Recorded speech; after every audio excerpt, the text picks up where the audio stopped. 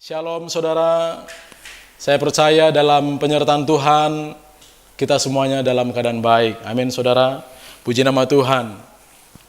Kita masih diberikan kesempatan untuk beribadah, untuk mengalami kebaikan Tuhan dalam hidup kita. Sekalipun ibadah kita dilakukan secara daring atau online, tapi biarlah ibadah ini, ibadah secara daring atau online ini tidak mengurangi semangat kita. Amin saudara. Tidak mengurangi antusiasme kita untuk belajar firman Tuhan. Baik, Bapak Ibu Saudara sekalian, kita akan belajar firman Tuhan dan saya beri tema. Kalau saudara menanti-nantikan tema untuk pemberitaan firman hari ini, maka temanya adalah mendandani diri. Perlu nggak kita berdandan?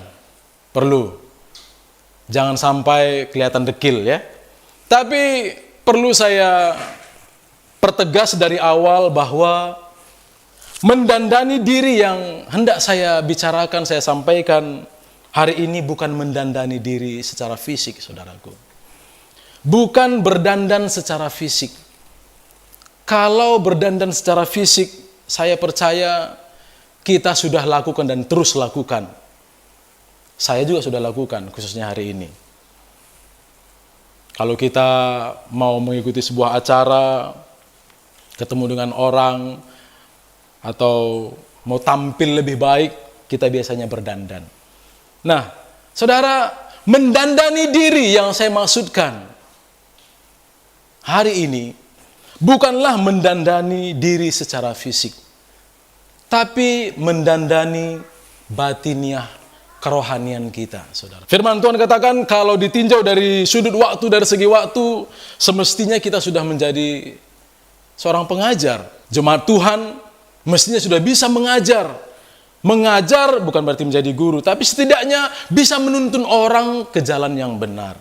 Tapi seringkali karena kita tidak begitu fokus mendandani diri kita, mendandani manusia batiniah kita, tidak begitu fokus mendandani kerohanian kita, maka waktu berjalan, waktu berlalu, kita semakin tua, tapi kerohanian kita begitu-begitu saja. Waktu orang bertanya tentang kerohanian, hal-hal tentang Tuhan, hal-hal tentang kerohanian, kita bingung. Kita nggak tahu harus seperti apa. Biasanya yang orang lakukan apa? Ya, diarahkan ke Pak Gembala, diarahkan ke Pak Pendeta.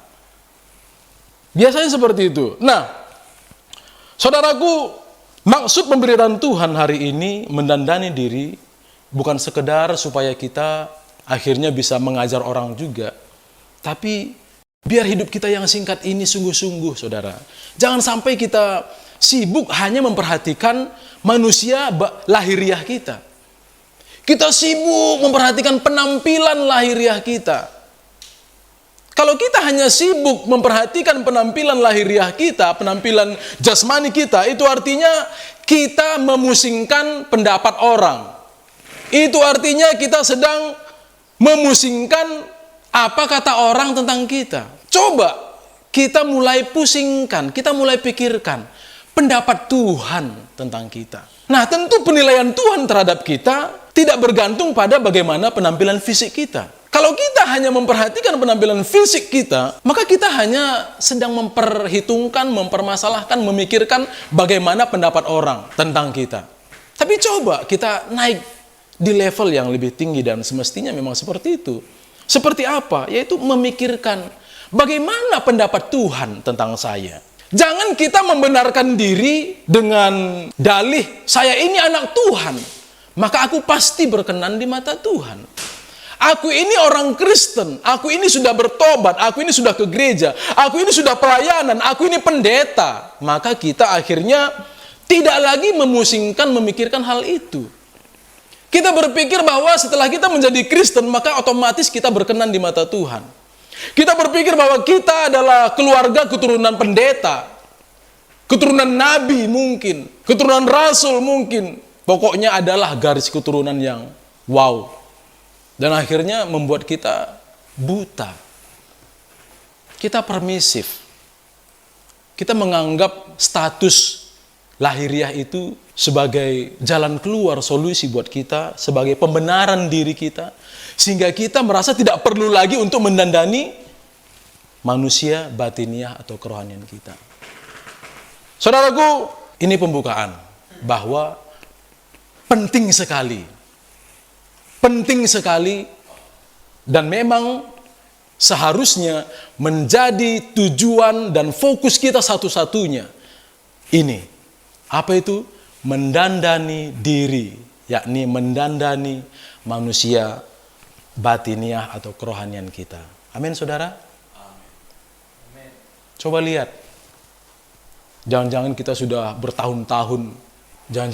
bertahun-tahun menjadi orang Kristen, tapi kita masih nggak tahu apa aja itu nama-nama kitab di Alkitab.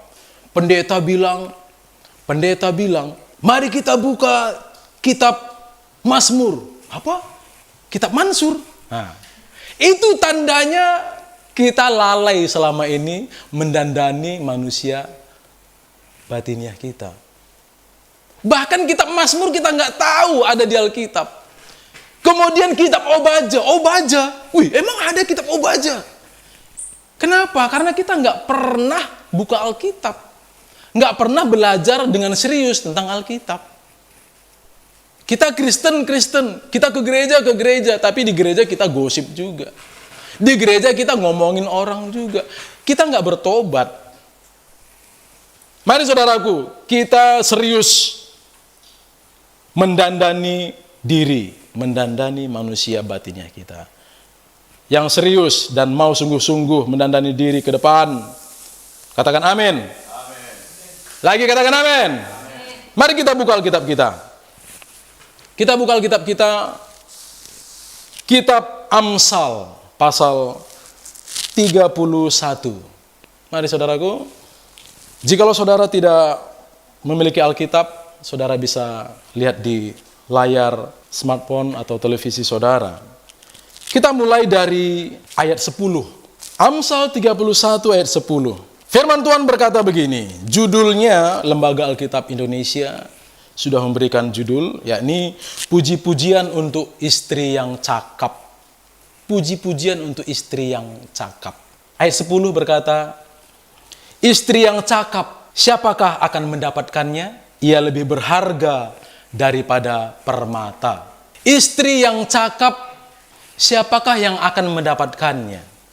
Ia lebih berharga daripada permata. Lihat saudara, istri yang cakap dikomparasi atau dibandingkan dengan permata.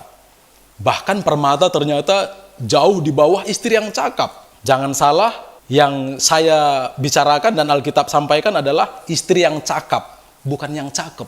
Saudara cakep, belum tentu cakap. Ya, coba lihat dulu orang di sebelahmu. Orang yang cakep mungkin. Cakep, cantik, manis, imut. Ya. Mempesona. Tapi belum tentu dia cakep. Nah, kalau engkau dan saya hanya cakep, hanya cantik, ganteng, ya, maka bukan kita yang sedang dibicarakan ini. Tapi kalau engkau cakap, maka firman ini sangat mengena bagi kita sekalian. Cakap itu apa sih cakap? Cakap itu bijaksana, dia terampil, baik, mumpuni, handal di bidangnya. Itu cakap itu. Nah, seperti apa sih istri yang cakap ini? Kita lihat ayat 11. Dikatakan begini, hati suaminya percaya kepadanya, suaminya tidak akan kekurangan keuntungan. Ayat 12, ia berbuat baik kepada suaminya dan tidak berbuat jahat. Ternyata ciri pertama istri yang cakap itu dapat dipercaya sebab dia baik. Istri yang cakap itu pertama dia itu baik kepada suaminya sehingga suaminya percaya kepada dia. Coba kita introspeksi diri. Kalau ternyata kita kurang dipercaya oleh pasangan kita, jangan-jangan kita kurang baik. Atau jangan-jangan kita tidak baik selama ini terhadap pasangan kita. Kalau Tuhan ternyata mendapati kita belum bisa dipercaya, Mungkin selama ini kita belum cukup baik kepada Tuhan. Kita sering PHP-in Tuhan. Setiap tahun kita sering PHP-in Tuhan kan? Tutup tahun, buka tahun, kita bikin resolusi ya. Tuhan, kalau tahun ini aku bisa lalui dengan baik, tahun depan aku akan bertobat. Aku akan begini. Tuhan, kalau Engkau melalukan penyakit ini daripadaku, maka aku akan sungguh-sungguh melayani Tuhan. Sakit disembuhkan, melayani Tuhan kagak. Kita sering PHP-in Tuhan. Kemudian ayat 13. Ia mencari bulu domba dan rami dan senang bekerja dengan tangannya. Ayat 14 dan 15. Ia serupa kapal-kapal saudagar, dari jauh ia mendatangkan makanannya. Ia bangun kalau masih malam, lalu menyediakan makanan untuk seisi rumahnya dan membagi-bagikan tugas kepada pelayan-pelayannya perempuan. Ciri yang kedua, istri yang cakap ini adalah rajin. Rajin. Istri yang cakap ini rajin. Saudara, khususnya anak muda yang belum menikah, saya sarankan, ini sekedar saran. Jangan cari yang cakep saja. Cakep itu penting. Bayangkan, saudara menikah dengan orang jelek, seumur hidup saudara menikmati kejelekannya. Bangun pagi-pagi lihat muka jelek, pulang dari pekerjaan, pulang dari kantor, ketemu di rumah jelek. Setiap hari di rumah ketemu dengan orang jelek. Betapa buruknya nasib kita kalau kita menikah dengan orang yang tidak cakep, dengan orang yang jelek. Ya tentu sedapat mungkin carilah yang cantik, tapi yang sepadan dengan kita juga ya. Jangan muka pas-pasan, pengen pasangan yang kayak Agnes Monica. Ya nggak bisa lah. Hai cowok-cowok, kita ngaca juga ya. Ngaca. Tadi saya katakan, jangan cari yang cakep saja. Carilah yang cakep. Usahakan ya sepadan lah ya. Tapi pastikan dia rajin. Pastikan dia rajin. Kalau punya istri tidak rajin, amsyong kita. Bayangkan punya istri bisanya main Facebook terus. Bayangkan punya istri bisanya main handphone saja. Kalau main handphone akhirnya menghasilkan, oke lah, jualan online. Ya. Ini main handphone menghasilkan kagak, ngabisin kuota iya. Tidak salah ibu-ibu main handphone ya, bapak-bapak juga tidak salah. Tapi kalau karena main handphone akhirnya kita melalaikan tanggung jawab kita, itu yang salah. Main handphone seharian, scroll atas, scroll bawah, buka sana, buka sini. Habis waktu seharian, pemasukan nggak ada, makan makin banyak. Haleluya. Kita harus belajar mengatur waktu dengan baik. Istri yang cakap itu istri yang rajin. Kemudian dengan cepat. Ayat 16 berkata, ia membeli sebuah ladang yang diingininya, dan dari hasil tangannya kebun anggur ditanaminya.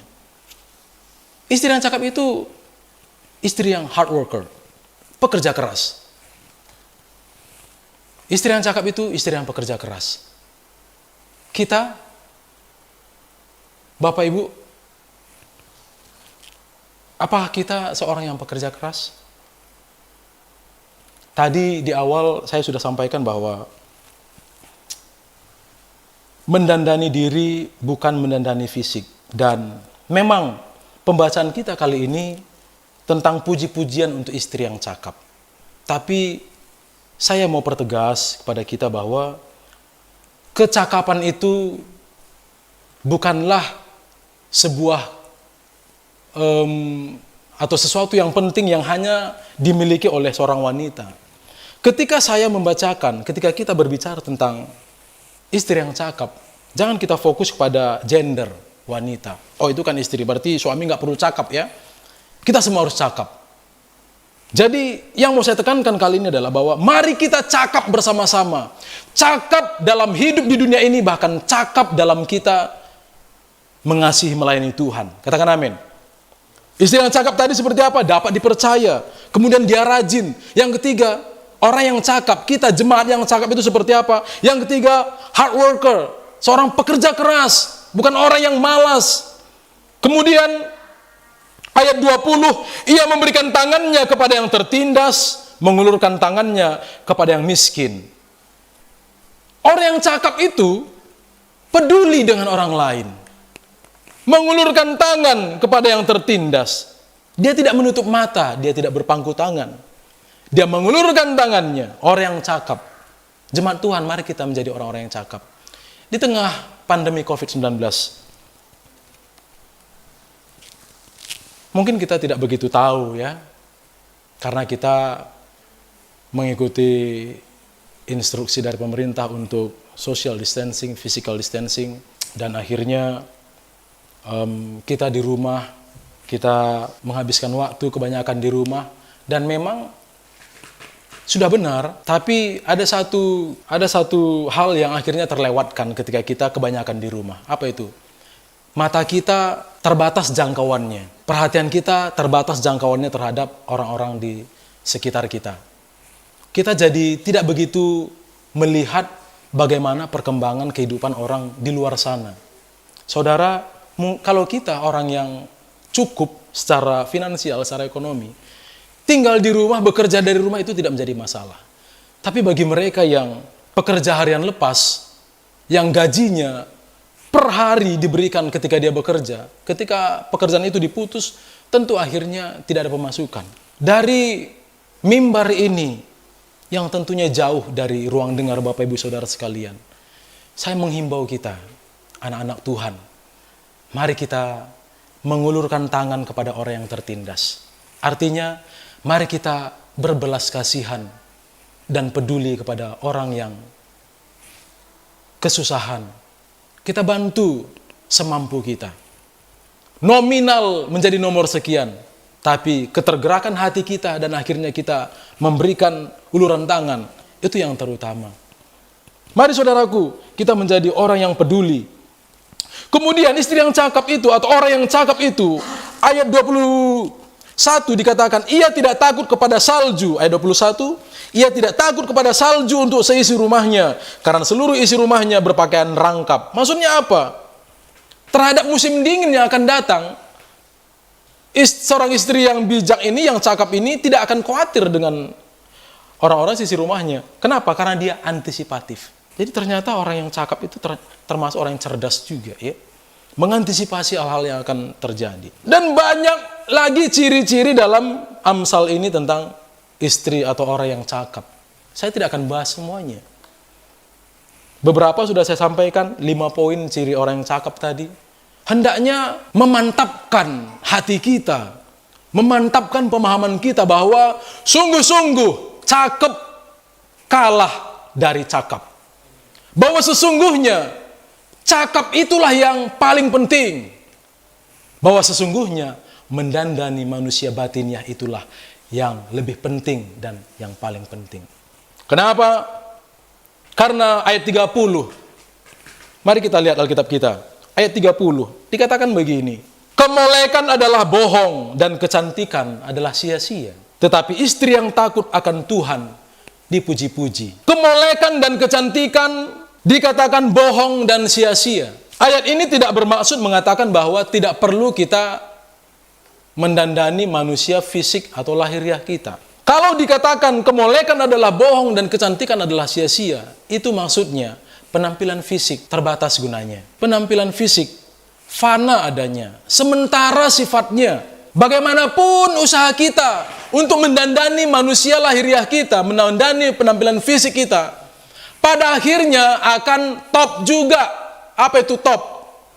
Bukan tenar, tua, ompong, dan peot. Bagaimanapun usaha kita mempercantik, memperganteng, memperbaiki penampilan fisik kita, pada akhirnya akan top juga.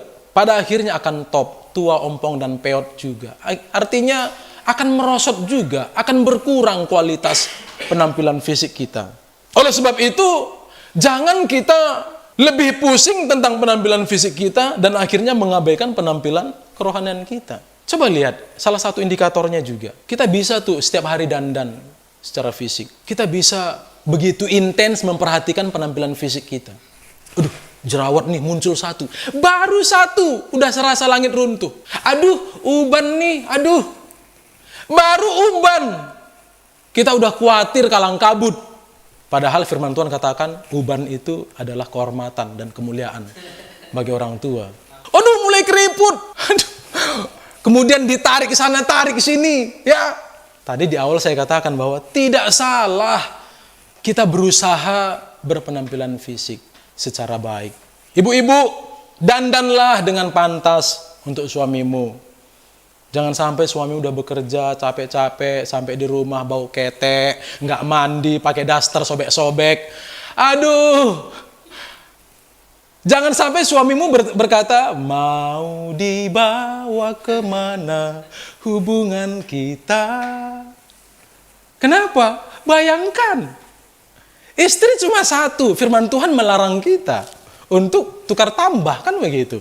Tapi istri-istri pun tidak begitu cakap dan akhirnya melalaikan penampilan fisiknya. Jaga penampilanmu dengan baik, dengan pantas. Tapi lihat, kemolekan adalah bohong dan kecantikan adalah sia-sia. Artinya penampilan fisik kita yang kita usahakan begitu rupa supaya tetap tampil prima, ternyata bohong dan sia-sia. Artinya sementara, fana adanya.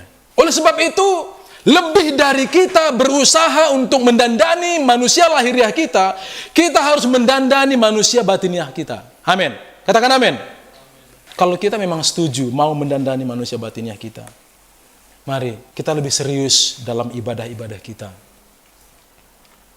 Kita lebih serius dalam jam-jam pribadi kita bersama dengan Tuhan. Kita berpikir bahwa satu hari, atau lebih tepatnya 1 jam, 2 jam di hari Minggu sudah cukup untuk kita mendandani manusia batiniah kita. Tadi saya katakan bahwa kita bisa begitu intens dan begitu cekatan memperhatikan penampilan fisik kita. Baru 1 jerawat, baru 1 uban, dan lain sebagainya. Kita sudah panik. Tapi pernahkah kita seintens itu memperhatikan manusia lahiriah kita? Manusia batiniah kita? Pernahkah kita seintens itu, secekatan itu memperhatikan keadaan kerohanian kita? Apakah kita memperhatikan perkembangan kerohanian kita secara intensif?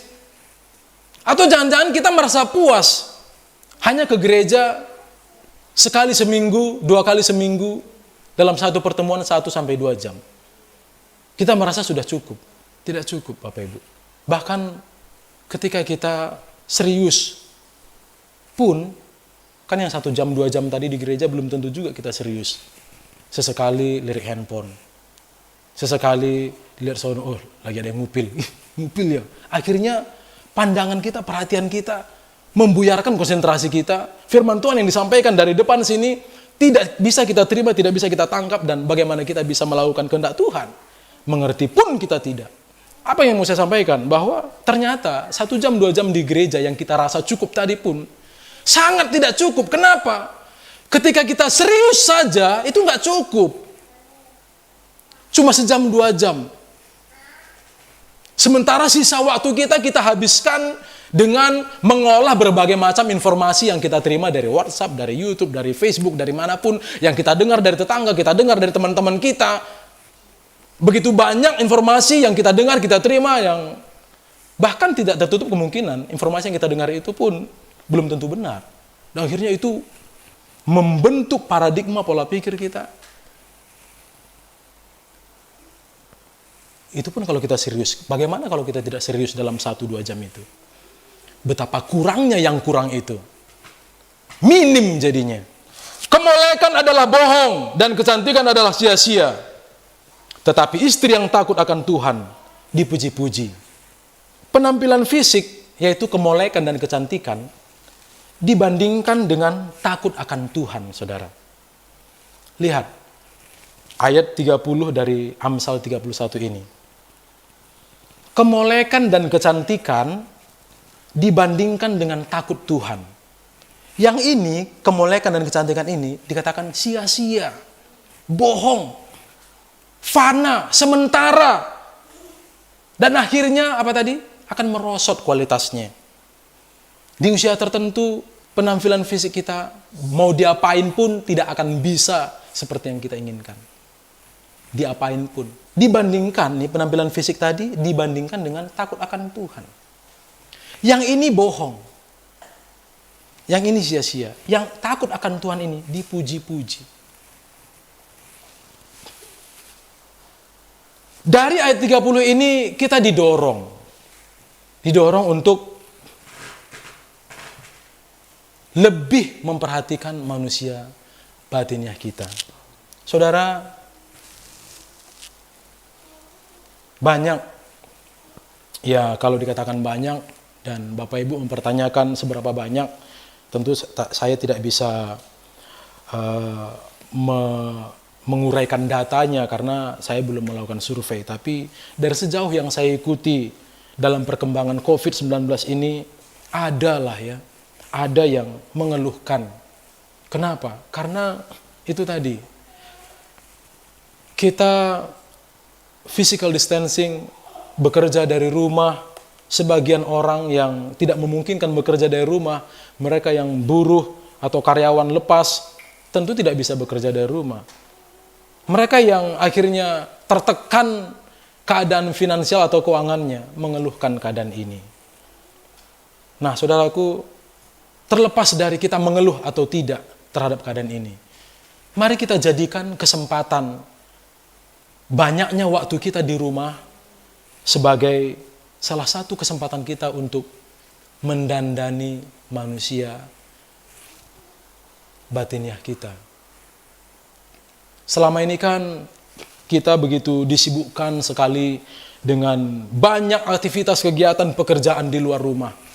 Alhasil dan akhirnya kita tidak memiliki waktu lagi untuk memikirkan, untuk serius terhadap kehidupan kerohanian kita. Kita sibuk bekerja, kita lelah bekerja, masih ada keinginan sih, masih ada kerinduan untuk baca firman Tuhan, untuk berdoa di rumah sepulang kerja. Tapi seringkali kita mengalami apa yang Tuhan Yesus katakan waktu dia berbicara kepada muridnya di Taman Getsemani. Roh memang penurut, tetapi daging lemah. Maksudnya apa? Roh kita memiliki irama, memiliki kerinduan untuk mengikuti kehendak Tuhan. Roh kita memiliki irama untuk seperti itu. Roh kita ingin mengikuti kehendak Tuhan. Pengen berdoa, pengen baca firman Tuhan, baca Alkitab. Tapi daging kita lemah. Nah, seringkali daging kita mengalahkan roh kita. Kita masih pengen baca Alkitab, tapi akhirnya karena kita terlalu lelah, kita rebahan sejenak, kita berpikir, ntarlah rebahan sebentar, menyegarkan diri, meluruskan kaki. Akhirnya bablas sampai besok pagi. Kita tahu bahwa itu benar dan baik adanya harus dilakukan. Nah, itu dulu kan kesempatan yang sangat terbatas waktu kita bekerja di luar rumah. Sekarang gunakan kesempatan bekerja dari rumah atau lebih banyak di rumah ini oleh karena COVID-19 sebagai kesempatan kita untuk mendandani diri kita. Mendandani manusia batiniah kita. Tentu Bapak Ibu juga mengalami yang saya alami. Oleh karena bekerja dari rumah, mendandani fisik kayaknya udah susah ya. Kenapa? Karena tidur makan kurang gerak, makin gendut kita ya saudara. Haleluya. Makin berlemak. Nah, saudara, abaikan lemak. Kemalekan adalah bohong dan kecantikan adalah sia-sia. Tetapi istri yang takut akan Tuhan dipuji-puji. Saudara mau menerima pujian, tentu mau menerima pujian. Bahkan seringkali hari demi hari kita habiskan untuk mendapatkan pujian dari orang. Kita mau dipuji, kita ingin dipuji oleh orang terdekat kita, oleh teman-teman kita, oleh saudara kita. Dipuji karena apa? Karena berhasil, karena sukses. Oh, karena dia sudah lebih mapan, karena dia sudah lebih baik dari yang dulu. Sadar atau tidak sadar, seringkali hidup kita digerakkan oleh keinginan itu tadi untuk dipuji. Saudara, entahkah kita dipuji atau tidak dipuji, kalau itu adalah pujian dari manusia, itu tidak begitu penting untuk kita. Bapak Ibu, mari kita berusaha. Mari kita pastikan bahwa kita tidak hanya dipuji oleh manusia, tapi kita mendapatkan pujian dari Tuhan. Ini yang pernah saya sampaikan, bahwa jangan puas hanya menerima jempol dari manusia. Oh, Immanuel itu mantap. Immanuel itu luar biasa. Oh, Immanuel bisalah diandalkan. Pujian manusia. Baru pujian manusia, kadang-kadang kita gelap mata juga. Baru dipuji sedikit, melayang, melambung, seolah-olah kita nggak di bumi lagi. Seringkali kita dipuaskan, kita merasa puas karena sudah dipuji manusia. Ini masalah. Si Immanuel sudah pelayanan dia. Sudah jadi pendeta dia. Luar biasa anak itu. Mendapat pujian, dan akhirnya apa? Gelap mata, merasa puas. Padahal pelayanan belum tentu menggambarkan kerohanian kita. Bapak Ibu Saudara sekalian yang dikasihi Tuhan, kalau engkau ternyata orang yang acap kali, sering kali menerima pujian dari manusia, jangan kita melambung, jangan kita lupa diri, jangan kita berpuas diri. Pujian manusia banyak motifnya, ada yang tulus, ada yang modus. Oleh sebab itu, kita nggak usah pusing orang itu tulus atau modus. Mau tulus mau modus, jangan pikirkan. Kalau ternyata dia tulus, praise the Lord, terima kasih, pujilah Tuhan. Kemuliaan bagi Tuhan. Tapi kalau ternyata dia modus pun, tidak perlu kita pikirkan, doakan. Nah sekarang yang mau saya tekankan adalah, kalau engkau dan saya adalah orang yang sering kali menerima pujian dari manusia, jangan berpuas diri. Bahkan usahakan, jangan anggap itu sebagai sesuatu yang berharga. Kenapa? Karena kecenderungan pujian manusia hanya membuat kita menjadi sombong dan lupa diri. Tapi biarlah kita mendapatkan pujian dari Tuhan. Biarlah kita menerima pujian dari Tuhan. Bukan hanya jempol dari manusia, tapi jempol dari Tuhan. Jempol dari Tuhan inilah yang kita butuhkan. Pujian dari Tuhan inilah yang kita butuhkan. Pengakuan dari Tuhan inilah yang kita butuhkan. Menurut orang yang mengenal kita hanya dari luar sebatas kulit, kita ini sudah baik. Wah, kita ini luar biasa. Padahal orang kan nggak tahu kita seperti bagaimana Tuhan mengetahui kita. Orang kan tidak mengenal kita seperti bagaimana Tuhan mengenal kita. Orang hanya ginosko kita. Orang lain hanya ginosko kita. Hanya mengenal kita oleh karena adanya interaksi dan pengalaman bersama. Itu aja. Tapi kalau Tuhan, oida kepada kita. Tuhan itu mengenal kita. Bukan hanya dari luar, tapi bahkan di kedalaman hidup kita, Tuhan kenal. Sehingga waktu kita pelayanan, kita melakukan kebaikan, manusia bisa saja puji, tapi belum tentu kebaikan dan pelayanan kita itu mendapatkan pujian dari Tuhan. Kenapa? Hanya Tuhan dan saudara yang tahu. Kenapa? Hanya Tuhan dan saudara yang tahu. Kalau kita melakukan kebaikan, melakukan hal-hal yang memuliakan Tuhan, yang baik, yang benar, dan itu dengan sungguh-sungguh dan tulus, kita percaya bahwa jerih lelah kita tidak percuma. Bahwa pelayanan kita tidak sia-sia. Kalau kita tahu, kita mengerjakannya dengan tulus. Tapi waktu kita mengerjakannya dengan tidak tulus, kita bisa mengendus diri kita. Kita bisa mencium aroma motivasi diri kita bahwa pasti aku tidak berkenan. Kenapa? Modus kita.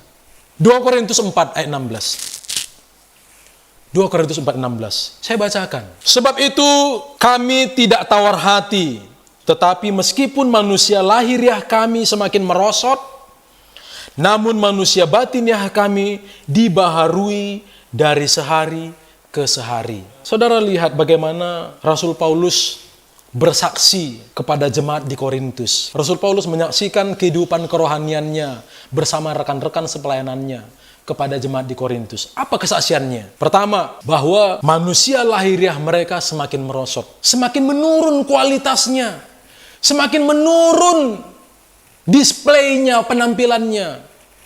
Kenapa? Bayangkan saja.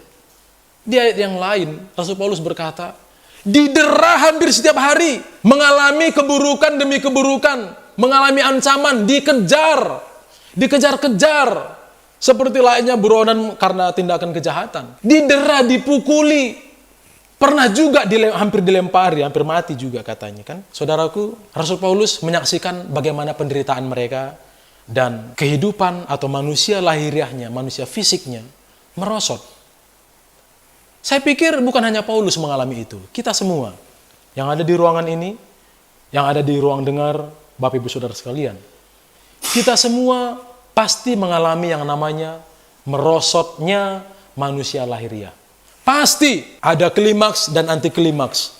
Grafik hidup manusia itu seperti sebuah bukit atau gunung yang dari nol, dari lahir, itu akan menanjak, naik terus, bertambah usia, bertambah besar badan, bertambah pengetahuan, bertambah kebijaksanaan, bertambah cantik dan gantengnya. Sampai di puncak, anggaplah umur 40. Ya? Puncak. Klimaks ini. Semua pasti mengalami yang namanya fase anti klimaks. Menurun.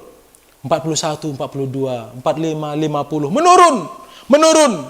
Semakin tua, yes. Tapi semakin lemah kan?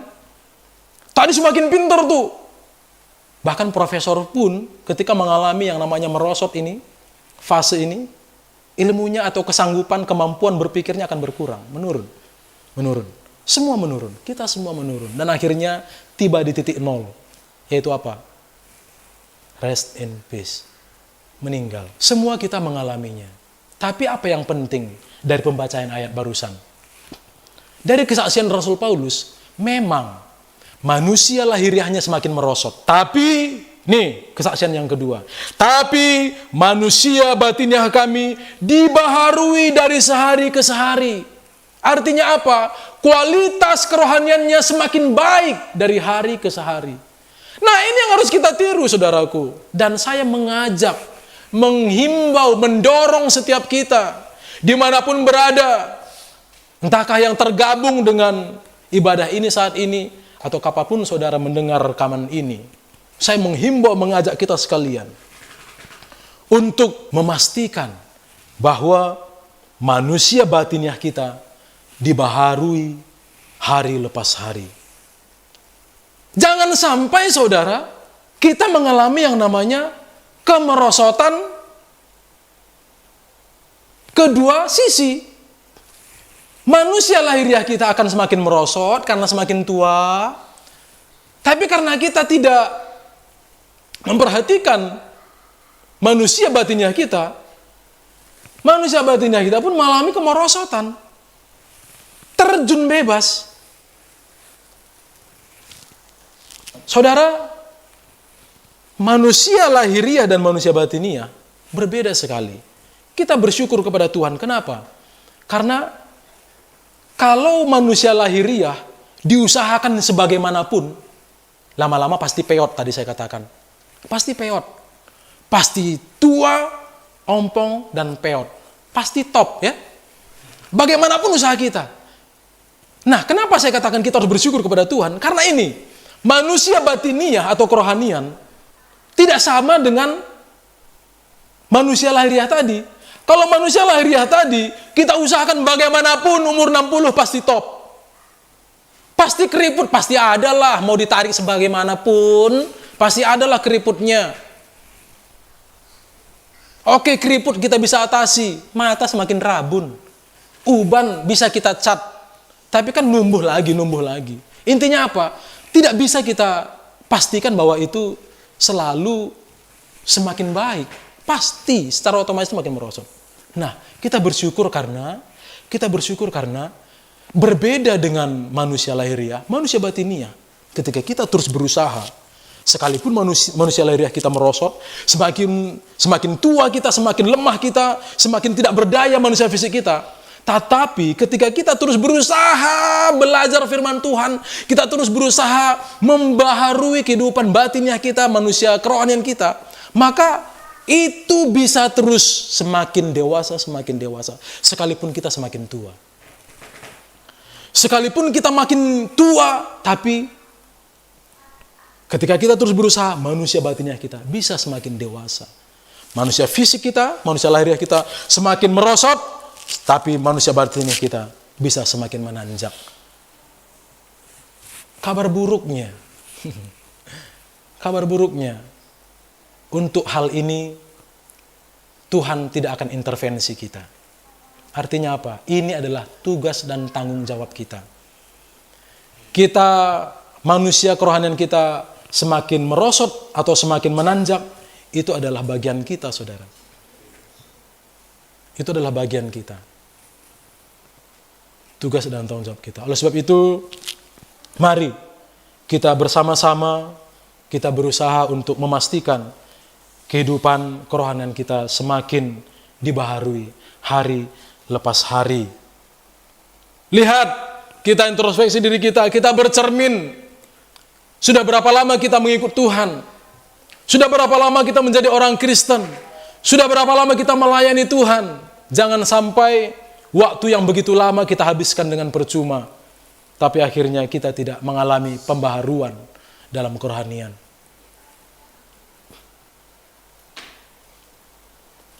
Terus, apa yang harus kulakukan? Apa yang harus kita lakukan?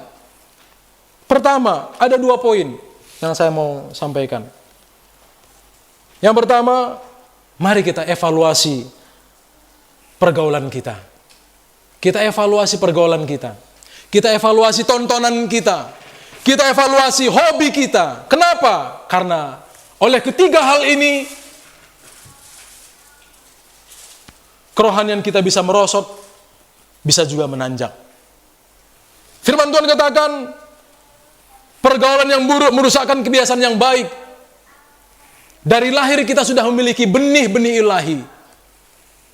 Roh yang ada pada kita, tadi saya sudah katakan, memiliki kemampuan, memiliki keinginan untuk selaras dengan Tuhan. Roh itu penurut. Roh kita ini memiliki penurutan untuk mengikuti kehendak Tuhan. Tapi, kalau roh kita saja yang mau nurut, kita tidak menjaga pergaulan kita, yaitu tadi, akhirnya pergaulan kita yang buruk mematikan atau menekan kemampuan roh kita untuk mencapai standar yang Tuhan inginkan. Mari saudaraku, supaya kita bisa dengan maksimal, dengan efektif memastikan kehidupan kerohanian kita semakin hari semakin menanjak, bukan semakin merosot. Semakin hari semakin dewasa kita. Kita mendandani manusia batinnya kita. Mari evaluasi pergaulanmu. Kalau engkau bergaul dengan orang-orang yang gak benar, mending tinggalkan. Sekarang tinggalkan. Kalau karena pacarmu engkau tidak beribadah, putuskan. Karena pacarmu akhirnya engkau tidak melayani Tuhan, putuskan. Evaluasi juga tontonanmu. Apa yang kau tonton di televisimu, di smartphone-mu, di gawai gadgetmu. Apa yang kau tonton di laptopmu. Apa yang kau tonton kemanapun kau pergi. Kenapa?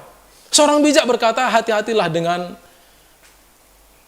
apa yang kau dengar, apa yang kau lihat. Karena apa yang kau dengar dan apa yang kau lihat akan menjadi ide, menjadi gagasan, menjadi pikiran. Hati-hati dengan pikiranmu. Karena pikiranmu akan menjadi perkataan. Hati-hati dengan perkataanmu karena itu akan menjadi tindakan. Gua bunuh lu. Kita baru ngomong. Tapi karena kita udah ngomong, akhirnya orang pikir, lu kagak berani. Udah ngomong kita kan. Kita berusaha membuktikan omongan kita supaya orang tidak menertawakan kita. Kita bunuh beneran. Makanya hati-hati dengan perkataanmu. Kenapa? Karena perkataan akan menjadi tindakan. Hati-hati dengan tindakanmu. Kenapa? Karena tindakanmu yang kau lakukan setiap hari, lakukan terus-menerus berulang-ulang, itu akan menjadi kebiasaanmu. Hati-hati dengan kebiasaanmu. Karena kalau kita terus dalam kebiasaan seperti itu, kebiasaan yang buruk tentunya, itu akan menjadi karakter kita. Karakter kita akan menjadi hidup kita. Karena orang hidup sesuai dengan karakternya. Karakter kita buruk, buruklah hidup kita.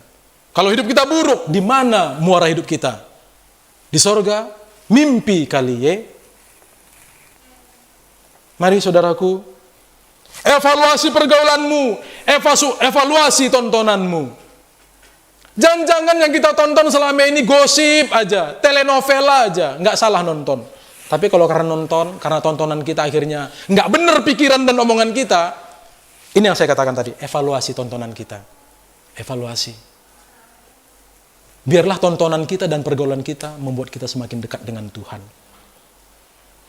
Yang kedua, yang terakhir. Biasanya ketika pendeta berkata yang terakhir, mujizat terjadi, saudaraku. Yang lemah dikuatkan. Haleluya. Yang semangatnya mulai pudar, akhirnya menyala-nyala dan bangkit lagi. Saya percaya saudara dari awal dimanapun berada, tetap antusias. Amin, saudara. Yang kedua, yang terakhir. Apa yang harus saya lakukan kalau ternyata kehidupan kerohanian itu lebih penting dari segalanya? Apa yang harus kulakukan supaya aku bisa mendandani diri, mendandani batinnya aku dengan baik, dengan tepat? Apa yang harus kulakukan? Yang kedua, belajarlah firman Tuhan. Tidak hanya ketika ada ibadah seperti ini. Miliki jam pribadi khusus belajar firman Tuhan. Saudara, saya rasa setiap kita memiliki gawai gadget yang adalah kuotanya ya. Semestinya gawai gadget internet itu bisa membuat kita semakin cepat pertumbuhan kerohanian kita. Kenapa? Karena kita bisa mengakses banyak informasi, banyak data untuk mendukung kehidupan kerohanian kita. Kita nggak bisa mengikuti ibadah live streaming, kita bisa akses di kemudian hari. Tetap ada. Banyak pendeta, banyak pengkhotbah, dari yang mungkin sedang belajar, sampai pendeta yang sudah mahir, sudah luar biasa, sudah sangat hebat dalam khotbahnya. Tentunya dalam pengurapan Tuhan. Banyak tulisan-tulisan. Tentunya tidak semua tulisan yang benar, tapi banyak sekali yang bisa kita gunakan, kita akses untuk akhirnya kita bisa belajar tentang firman Tuhan. Masalahnya kan kita punya internet, kita punya gawai, gadget, kita punya laptop, kita punya akses, tapi itu tadi, yang lain yang kita akses. Bukan sesuatu yang akhirnya membuat kita semakin dewasa. Belajar firman Tuhan, apalagi di tengah pandemi COVID-19 ini. Kita punya waktu lebih banyak, saudara. Jadi jangan punya alasan. Jangan PHP-in Tuhan lagi. Amin, saudaraku. Jangan PHP-in Tuhan lagi. Biar pemberitaan firman Tuhan hari ini menjadi berkat bagi kita sekalian. Tidak ada maksud personal, tidak ada maksud pribadi kepada kita sekalian. Sehingga sekiranya pemberitaan firman hari ini membuat Bapak Ibu mungkin terusik atau ada yang merasa tersinggung, tidak ada maksud seperti itu. Itu artinya Tuhan mengasihi Bapak Ibu dan saya. Karena ketika kita terusik karena firman Tuhan, kita mungkin disinggung oleh firman Tuhan, itu artinya masih ada bagian-bagian dalam diri kita yang harus kita kikis, kita potong, kita perbaiki. Supaya kita apa? Supaya kita semakin indah di hadapan Tuhan. Dan akhirnya kita bukan hanya menerima jempol manusia, tapi kita menerima jempol dari Tuhan. Dan berkata, inilah anakku yang kukasihi, dan kepadanya lah aku berkenan. Biar firman Tuhan, perkataan Tuhan itu tidak hanya ditujukan kepada Tuhan Yesus, tapi bisa ditujukan kepada kita sekalian, jemaat Tuhan. Amin. Mari kita berdoa.